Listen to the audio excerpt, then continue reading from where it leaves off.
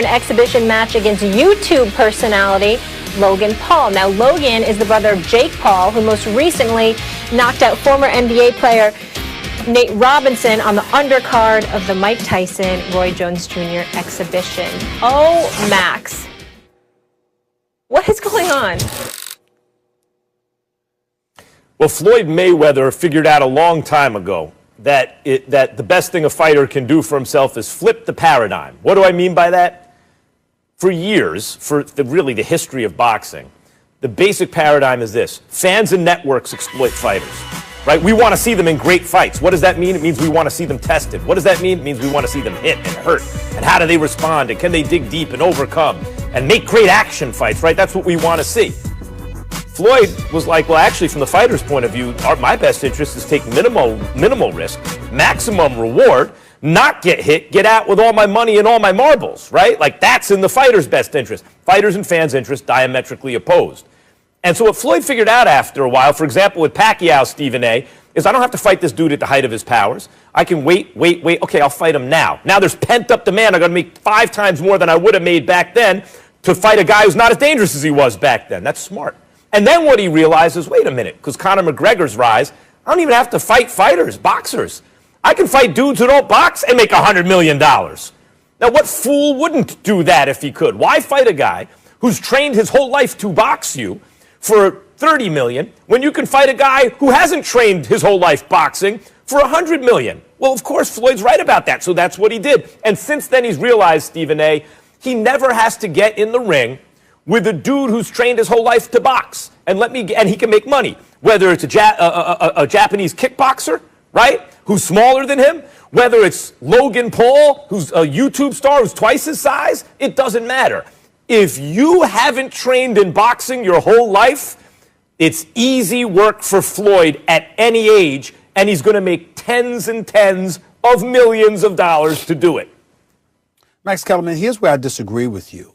I think he'd make that money if it was Jake Paul, because Jake Paul is the new sensation because of what he did to Nate Robinson. So, again, we're not talking about anybody. Much respect to the Pauls, because obviously they take this seriously. They're trying to do their old thing, but major props and nothing but respect to the both of them.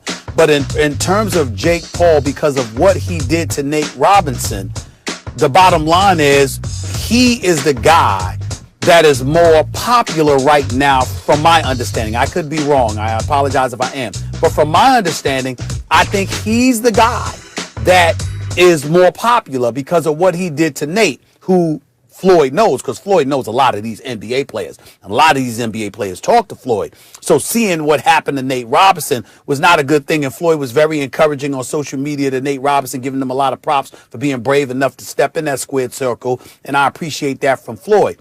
But I'm just saying, when I think about Floyd, first of all, it's the wrong Paul. If he's going to fight either one of them, it's the wrong Paul that he's fighting, because Jake is the rage right now, as opposed to Logan, from my understanding. And then outside of that, me personally, if it's an exhibition, I would prefer to see them I'd rather see Floyd against Oscar De La Hoya. I'd rather see Floyd in a rematch against Conor McGregor. I'd rather see something like that rather than him fight a guy that just learning how to, and I'm not saying learn how, but please, I'm not trying to be disrespectful. I'm in no way am I trying to be disrespectful to the Pauls, but I'm just saying in terms of their official boxing experience. For guys who just started. They're just starting. I'm like, no, if you Floyd, do an exhibition against someone. Like, I didn't like how Roy looked, okay? But Roy is a former world champion who had over 50 fights on his resume that decided to get into the ring with Mike Tyson. Mike Tyson didn't get into the ring with somebody that had one professional fight. And I don't understand that with Floyd. I don't understand that to me. Logan Paul actually has more Twitter and Instagram followers than Jake Paul. They both have in the millions. No, I'm just talking about right now, Matt. Even bigger on social media. Yeah, I'm just talking about because of Nate Robinson. Sure, but maybe Floyd's looking at Jake like, maybe Floyd's looking at them like, Jake is going to be a little harder. Logan will be like, who knows? The point is, he is going to go make a big event and make many millions of dollars for boxing a guy who hasn't been boxing his whole life. He's figured that out. He could do that till he's 75 and make money every time. By the way, Mike and Roy just moved 1.4 million pay-per-views. 1.4 million. That's more than like Triple G and Canelo. Fame fell. We're going to talk about that. Yeah, we got more boxing to dive into later. LeBron James responding to comments Kyrie Irving made on Katie's podcast a couple months ago, where his former teammate questioned the Kings' clutch abilities. Appearing on the Road Trippin' podcast, James gave his take on Kyrie's statement. I was a little like, damn. Once I got the whole transcript, I was like, damn. I wasn't like, oh, you're tripping. I've hit game-winning shots my whole life. I wasn't like that. I was like, damn, because I played with him for 3 seasons. The whole time when I was there, I only wanted to see him be an MVP of our league. I only cared about his success, and it kind of hurt me a little bit. Stephen A., you think LeBron should be hurt by what Kyrie said? I don't think he should. Listen, we all know where I stand about how Kyrie has acted in terms of his quotes to his statement to the media. But that has absolutely nothing to do with what transpired in Cleveland with him and LeBron James. Their relationship wasn't as great as at least LeBron has tried to portray. I don't think that the comments that Kyrie Irving made about LeBron were right, but I do know that's how Kyrie felt. Kyrie felt that he should have been that dude in closing moments. He felt like LeBron James wasn't a reliable shot in clutch time situations as much as he was. Him saying that, Kevin Durant is the first guy that he could look at. I think that anybody that looks at Kevin Durant shoot the basketball and recognizing the scoring machine that he is, you can conceivably understand why Kyrie would say such a thing. The question, however, was the timing.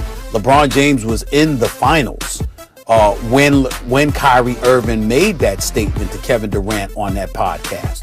And so the question would be why? And it was real simple. Kyrie didn't give a damn about how LeBron James felt. So if you're LeBron James, let's not pretend like, you're taken aback and shocked and disappointed and hurt by something that Kyrie has said when you've known for a while how Kyrie Irving feels about you, at least to some degree. I'm not trying to sit up there and say hatred and things of that nature because we don't know all the intricate details. They keep that amongst themselves for the most part. It's a very tight circle of individuals who know all the intricacies that involves their relationship. But Kyrie Irving did come on First Take and speak about that. You saw, Max, how relatively nonchalant he was about not consulting with LeBron James, about wanting to leave Cleveland, not consulting with LeBron James, about wanting to depart and part ways and what have you. He did that on purpose because he didn't want to be perceived as some little brother to LeBron James because he didn't perceive LeBron as being a big brother to him. So what I will give Kyrie credit for is consistency as it pertains to whatever his feelings may be about LeBron James. They seem to be consistent with the attitude that he disseminated just years ago. And if I'm LeBron James, I'm not blind, I'm not deaf, I'm not dumb. I know what time it is when it comes to Kyrie Irving. So why even be bothered by it? It should not have surprised him, and I don't even think it should hurt him.